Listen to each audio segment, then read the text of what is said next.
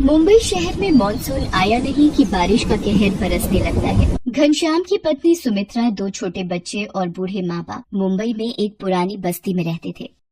सुमित्रा, ला दे, अम्मा की कौन सी दवाई लानी है? एक तो वैसे ही काम नहीं, ऊपर से दवाइयों का खर्चा नहीं निपटता। ये पर्चा और ये पैसे काम से मिले थे, इन्हीं का राशन लाना है और जो पैसे बचेंगे अम्मा की दवाई ले आना। चल, जा रहा हूँ, ले आऊंगा। सुमित्रा, तूने आज फिर घनश्याम के हाथों में पैसे कैसे पकड़ा दिए? तुझे पता तो है, फिर मदन के साथ जाकर कच्ची शराब पियाएगा या पत्ते खेलने बैठ जाएगा।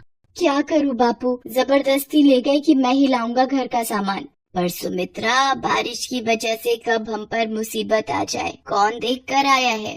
माँ, बहुत भूख लगी है। माँ, मुझे भी। बंटी, ये 10 रुपए ले, साथ वाली दुकान से छोटी डबल रोटी ले आ।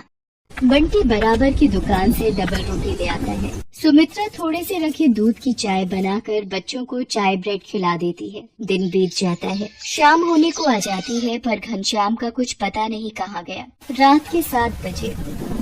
मैंने आपको सुबह राशन और माजी की दवाई के पैसे दिए थे, पर आप तो ये तली हुई मच्छी उठा लाए हो। अब तू मेरे खाने पे भी नजर लगाएगी? जान नहीं लाया राशन, क्या कर लेगी? अरे घनश्याम, कुछ तो शर्म कर। सुमित्रा घरों में चूल्हा चौका करके थोड़ा बहुत कमाए और तू उजाड़ दे। बाबू, तुम बीच में ना बोलो तो ठीक हो रहेगा। मेरी ही गलती है जो इस मनुष्य घर में आ जाता हूँ। मैं आज बाहर सोऊंगा और कल तेरी पाई न चुका दी तो मेरा नाम भी घनश्याम नहीं है। अभी वो नशे में है बहू, सुबह जब नशा उतरेगा अपने आप ठीक हो जाएगा। अम्मा, ये थोड़े से चावल रखे हैं, बना लो। हाँ, बना ले बहू। घनश्याम तो बाहर बरामदे में सो गया है, अब सुबह ही उठेगा। इतनी तेज बारिश हो रही है, सड़कें पानी से भरी हुई हैं, हवा से छप्पर टूट गया तो। सोने दे बहू, बारिश पड़ेगी तो अपने आप अंदर आ जाएगा। सुमित्रा चावल बना लेती है और रात का खाना खाकर सब सो जाते हैं। बारिश और तेज हो जाती है। आधी रात के वक्त सुमित्रा की आंख खुलती है। ये क्या, पूरे घर में पानी। अम्मा, बापू, जल्दी उठो, ये क्या हो रहा है? अरे इतना पानी ये कैसे आया? लगता है बारिश रुकी ही नहीं। क्या करें, बंटी और पूजा को गोदी में उठाओ और बाहर चलो। घनश्याम भी तो बाहर सो रहा था। घनश्याम पर जब टूटे हुए छप्पर से बारिश पड़ने लगती है, उसकी आंख खुल जाती है। ये क्या, इतनी बारिश, पानी की तो नदी बन गई है। घनश्याम जैसे ही चारपाई से उठता है, छप्पर नीचे गिर जाता है। घनश्याम बाल बाल बचता है। तुम लोग रुको, मैं एक एक करके सबको बाहर निकालता हूँ। बंटी, तू मेरे कंधे पर बैठ जा। पूजा, अब मेरी गोदी में आ। घनश्याम बंटी और पूजा को उठा लेता है। सुमित्रा अम्मा का हाथ पकड़ती है। जैसे तैसे वो घर के बाहर सड़क पर पहुंच तो जाते हैं, पर सड़क पर पूरा पानी भरा होता है। ये तो पूरी सड़क पानी से भरी हुई है। अब क्या करें? लोग बारिश के पानी में डूब रहे होते हैं। कहीं बच्चे रो रहे थे, कहीं कोई बिछड़ गया। घनश्याम को याद आता है कि मदन के पास अपनी नाव है। सुमित्रा, तुम माँ बापू और बच्चों का ध्यान रखना, मैं अभी आया। पर आप कहाँ जा रहे हो? मुझे तो डर लग रहा है। मुझे याद आया, मदन के पास अपनी खुद की नाव है। अगर माँ बापू को उसमें बिठाकर किसी सुरक्षित जगह पर भेज दें, हम तो जैसे तैसे चले ही जाएंगे। घनश्याम तैरता हुआ मदन के घर पहुँचता है। अरे, लगता है मदन नाव में जाने की तैयारी कर रहा है। मदन, माँ बापू को भी अपनी नाव में बिठा ले। मैं सुमित्रा और बच्चों को लेकर तेरे पास पहुँचता हूँ। घनश्याम यार, वो सुरेखा और बच्चे कुछ जरूरी सामान भी नाव में रख चुके हैं। अब तो नाव में बिल्कुल भी जगह नहीं है। माफ करना। अच्छा, पानी का बहाव तेज हो रहा है, अब मैं चलता हूँ। मदन घनश्याम को साफ मना करके अपने बीवी बच्चों के साथ नाव पर निकल जाता है। घनश्याम वापस आ जाता है। देखा तूने, यारी दोस्ती पालने का नतीजा। आज ऊपर दगा दे गया वो तुझे बिगाड़ने वाला। अब तो घनश्याम और भी घबरा गया कि कैसे अपने परिवार को बचाए। कोशिश करके एक दूसरे का हाथ पकड़कर वो थोड़ा आगे बढ़ते हैं। सड़क की दूसरी तरफ जाने वाला पुल भी टूटकर रास्ते में गिरा हुआ होता है। अब क्या करें, कैसे उस पार जाएंगे? घबराओ नहीं, एक दूसरे का बस हाथ पकड़े रहो। चलते चलते वो देखते हैं एक रस्सी के सहारे लोगों को सड़क के उस पार ले जाया जा रहा है। इस रस्सी की सहायता से धीरे धीरे आगे बढ़ते रहिए। हाँ जी माता जी, लाओ हाथ दो ध्यान से। रेस्क्यू टीम धीरे धीरे रस्सी की सहायता से सबको सड़क के दूसरे किनारे पहुंचाती है। तभी अम्मा, बापू, वो देखो हेलीकॉप्टर। ये सब लोग हमारी मदद करने के लिए ही आए हैं। हेलीकॉप्टर से रेस्क्यू टीम सभी बस्ती वालों को बाहर निकाल रही थी और एक सुरक्षित स्थान पर घनश्याम और उसके परिवार को छोड़ दिया। शुक्र है, ये बचाव कर्मी अगर ना होते तो हमें कौन बचाता। आज भगवान ने भी हमारा साथ दिया है इन सुरक्षा कर्मियों को भेजकर। पर अब हम क्या करेंगे, वो बस्ती तो उजड़ गई। सुमित्रा, आज मुझे भी समझ आ गया है कि कुछ मित्र सिर्फ मतलब के लिए ही साथ रहते हैं। पर अब हम क्या करेंगे, वो बस्ती तो उजड़ गई।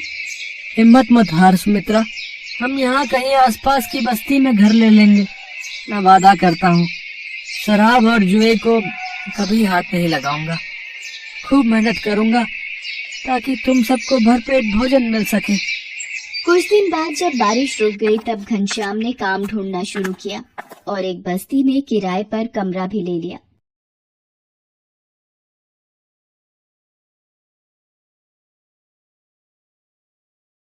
मुंबई सपनों का शहर, लेकिन इस सपनों की शहर की एक हकीकत यहाँ के चौल भी है, जहाँ करोड़ों लोग रहते हैं। इन्हीं चौल में शांता अपने पति धर्मा और अपनी 2 बेटियों रेणु और मुन्नी के साथ रहती है। धर्मा को सिर्फ एक ही काम आता है और वो है शांता की कमाई के पैसों से शराब पीना और टांगे पसार कर सो जाना। शांता बेचारी दूसरों के घरों में झाड़ू कटका करके किसी तरह घर का खर्च चलाती और दोनों बेटियों को पढ़ाती लिखाती। एक बार की बात है, मॉनसून शुरू हो गया था। मुंबई में लगातार बारिश हो रही थी। तभी शांता की दोनों बेटियां स्कूल से भीगते हुए घर आई। अरे तुम लोग तो पूरी तरह भीग गए, थोड़ी देर कहीं रुक जाते।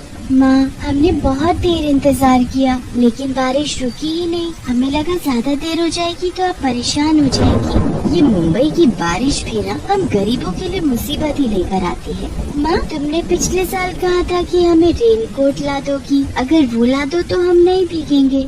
शांता ने अपने बच्चियों को कह तो दिया था, लेकिन कर्मा की शराब और घर के खर्चों से पैसे बचते ही कहाँ थे जो वो उनके लिए रेनकोट ला देती। पिछले साल भी दोनों की तबीयत बारिश में भीगने के कारण बहुत खराब हो गई थी। वो सोच ही रही थी कि इस बार अपनी बेटियों के लिए सेकंड हैंड ही रेनकोट कहीं से भी लाकर उसे देगी। तभी कर्मा हाथ में शराब की बोतल लेकर भीगते हुए अपने घर आया। शांता, अरे ओ शांता, कहाँ मर गई तू? मर जाती तो ही सही रहता, कम से कम तुमसे पीछा तो छूटता। ये तू क्या बकवास कर रही है? मुझे अपनी बेटियों की फिक्र नहीं है? मुझे तो है लेकिन आपको नहीं है। पूरा दिन शराब शराब शराब। कर्मा के साथ सबसे बड़ी दिक्कत ये थी कि वो अपनी बुराई तो सुन लेता, लेकिन अगर कोई शराब की बुराई कर दे तो उसका पारा चढ़ जाता। उसने गुस्से में शांता को एक थप्पड़ मार दिया। मफ्तखोर औरत, तू क्या समझती है अपने आप को? है मैंने कितनी बार कहा कि मेरी शराब को अगर एक शब्द भी बोला तो मुझसे बुरा कोई नहीं होगा। ये शराब हमारा घर तोड़ रही है, आपको नहीं दिखता? चुप चुप कर, नहीं तो मार मार कर मुंह सुझा दूंगा तेरा। बात कर रही है। जब शांता की शादी हुई थी उस समय कर्मा कभी कभार पीता था, फिर पता नहीं उसे क्या हुआ, हर दिन पीने लगा। इस लत के कारण ही उसकी नौकरी भी चली गई, लेकिन उसे कोई फर्क नहीं पड़ता था क्योंकि उसकी नौकरी गई तो शांता की कमाई शुरू हो गई थी। शांता की दोनों बेटियां भी अपने पिता के इस व्यवहार से हमेशा सहमी रहती थी। अगले दिन, सुनिए जी, मानसून जोर पर है, हर दिन भयंकर बारिश हो रही है। तो मैं क्या करूँ? बारिश में बारिश नहीं होगी तो क्या लू चलेगी क्या? आपसे तो कुछ कहना ही बेकार है। तो फिर कहती क्यों है? चल फुट यहाँ से। और हाँ, जाते जाते कुछ रुपए देती जाना। रुपयों की बात सुनकर शांता को गुस्सा आ गया। रुपए क्यों चाहिए? तेरे लिए ताजमहल बनवाना है, ताजमहल। देखो जी, मेरे पास आपकी शराब के लिए बिल्कुल भी पैसे नहीं है। कुछ पैसे पड़े भी हैं तो वो राशन के लिए है। देख, मेरे सारे डिब्बे खाली पड़े हैं। बारिश की हालत आप देख ही रहे हो, अगर यूं ही होती रहेगी तो बाहर निकलना मुश्किल हो जाएगा। इसलिए मैं चाहती हूँ कि कुछ राशन खरीद कर रख लिया जाए ताकि आगे दिक्कत ना हो। शांता की बात सुनकर कर्मा को बहुत गुस्सा आया, लेकिन उसने सोचा कि अगर वो इस समय गुस्सा दिखाएगा तो वो गुस्सा उस पर भारी पड़ जाएगा और शांता उसे पैसे नहीं देगी। इसलिए उसने उससे बहुत प्यार से बात करते हुए कहा कि शांता, मैं बहुत ही बुरा आदमी हूँ, मुझे पता है। ना तो तुम्हारी फिक्र है मुझे और न ही अपने बच्चों की। देखो ना। कर्मा के अचानक से बदले इस व्यवहार से शांता सख्ते में आ गई और वो सोचने लगी कि ये इनको अचानक क्या हो गया है। आपको पता है, रेनू मुन्नी के पास रेनकोट भी नहीं है। वो बेचारी हर दिन भीगते हुए स्कूल से घर आती। शांता, भगवान के लिए ये सब बातें मुझे बोलो। मैं जानता हूँ कि मेरी शराब खिलत के कारण तुम लोगों को ये सब मुसीबतें उठानी पड़ती हैं, लेकिन मैं वादा करता हूँ आज के बाद शराब को हाथ नहीं लगाऊंगा मैं। सच में, सच? तुम्हारे सर की कसम। कर्मा ने वैसे तो ये वादा कई बार किया था, लेकिन निभाया नहीं। फिर भी शांता ने सोचा, चलो एक मौका उसे और दे देती हूँ। फिर वो काम पर जाने लगी। उसे काम पर जाते देख कर्मा ने कहा कि सुनो, तुमने कहा कुछ पैसे है तुम्हारे पास, वो मुझे दे दो। मैं राशन का सामान और रेनू और मुन्नी के लिए रेनकोट लेता आऊंगा, ठीक है ना? उसकी बात सुनकर शांता सोच में पड़ गई। उसके मन में आया कि कहीं इन्हें पैसे दे दूं और ये उसे शराब में उड़ा दें तो फिर क्या होगा। वो ये सोच ही रही थी कि कर्मा ने कहा, क्या हुआ शांता, क्या सोचने लगी? मुझे पैसे देने में डर लग रहा है ना? यही तो दिक्कत है, तुम मुझे सुधारना भी चाहती हो लेकिन मुझ पर विश्वास नहीं करना चाहती। छोड़ो, रहने दो। शांता एक बार फिर से कर्मा की बातों में आ गई और राशन के सारे पैसे उसे दे दिए। फिर वो काम पर चली गई। बढ़िया है, घर का राशन लाने वाली। भूखे पेट तो रहा जा सकता है, लेकिन दारू के बिना ना, बिल्कुल नहीं। उस दिन फिर से बहुत बारिश हो रही थी। घर में जो कुछ राशन बचा था शांता ने बना लिया था। अब वो कर्मा के आने का इंतजार कर रही थी। रात के 9:30 बजे कर्मा लड़खड़ाते हुए घर पहुंचा। उसकी हालत देखकर ही शांता समझ गई कि ये आज फिर से पी कर आया है। उसने गुस्से में उससे पूछा, राशन कहाँ है? इनके रेनकोट कहाँ है? चलो आगे से हट। बढ़िया हिसाब किताब देने वाली, एक थप्पड़ में सारा गणित बिगाड़ दो तेरा। मैं बता रहा हूँ, बात मत कर वैसे। कर्मा हर दिन की तरह चुपचाप जाकर बिस्तर पर लेट गया। बाहर बारिश लगातार हो रही थी, लेकिन इस बार बारिश ने रुकने का नाम नहीं लिया। लगातार बारिश के कारण शांता के चौल की छत से पानी टपकने लगा। ये देखकर उसकी बेटी रेणु एक बर्तन ले आई और जमीन पर रख दिया, लेकिन इस बार बारिश किसी जिद्दी बच्चे की तरह हो गई थी। वो बरसती जा रही थी, बरसती जा रही थी। 2 दिन इसी तरह बीत गए। इधर घर में एक दाना भी खाने को नहीं था। दोनों बच्चियां भूख से बिलख रही थी, लेकिन वो अपनी माँ से कुछ नहीं कहती, किसी से मदद भी नहीं मांग सकती थी, क्योंकि पूरी बस्ती पानी पानी हो गई थी। मुझसे बहुत बड़ी गलती हो गई जो इन पर विश्वास कर लिया। एक बार फिर से इन्होंने विश्वास तोड़ दिया मेरा। मेरी दोनों बेटियां भूख से बिलख रही हैं और ये है कि शराब के नशे में जानवर की तरह पड़े हुए हैं। लगातार बारिश के कारण अब तो चौल के घरों में भी पानी घुस रहा था। सरकार ने अलर्ट जारी कर दिए थे। बारिश का ये पानी अब तो लोगों की जान का दुश्मन बन गया था। शांता के चौल में भी पानी पूरी तरह घुस गया था। उसे समझ नहीं आ रहा था कि वो क्या करे क्या ना करे।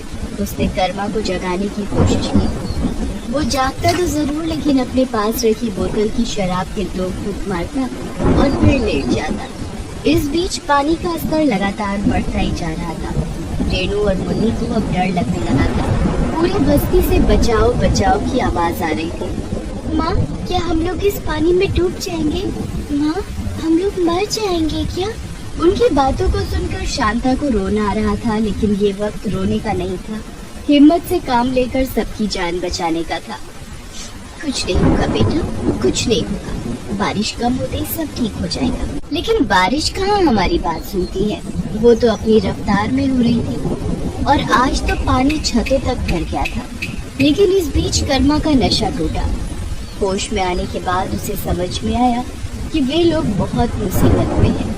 शांता, ये इतना पानी कहाँ से आ गया?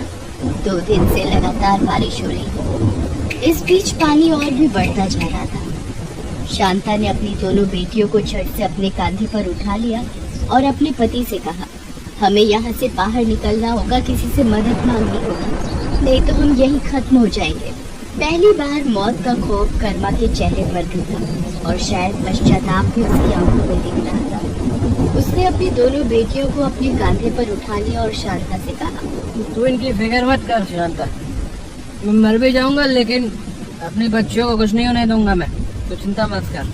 तभी शांता की नजर एक ट्यूब पर गई जो पानी में तैर रही थी। वो उसी का सहारा लेकर पानी में उतर गई और मदद की चाह में निकल पड़ी। 2 दिन की भूखी प्यासी शांता किसी तरह तैरती रही। कुछ घंटों बाद उसे बचाव दल के लोग दिखे। उन लोगों ने भी शांता को देखा। उन्होंने अपनी नाव में उसे बिठा दिया। मेरे बच्चे, मेरे पति, मेरी चौल के कई सारे लोग डूब गए। आप जल्दी से चलिए, उन्हें बचा लीजिए। बचाव दलों का दस्ता शांता की चौल की ओर निकल पड़ा। तय समय पर बचाव दल के पहुंचने के कारण बहुत लोगों की जान बच गई। हालांकि कई लोग इसमें डूबकर अपनी जान भी गंवा बैठे। बचाव दल वाले उन्हें लेकर शरणार्थी शिविर में आ गए। वहां उन लोगों को खाना पीना दिया गया। 2 दिन की भूखी शांता और उनकी बच्चियों ने रोटी देखी तो उनकी आंखों में आंसू आ गए। पहली बार कर्मा को भी भूख का एहसास हुआ था।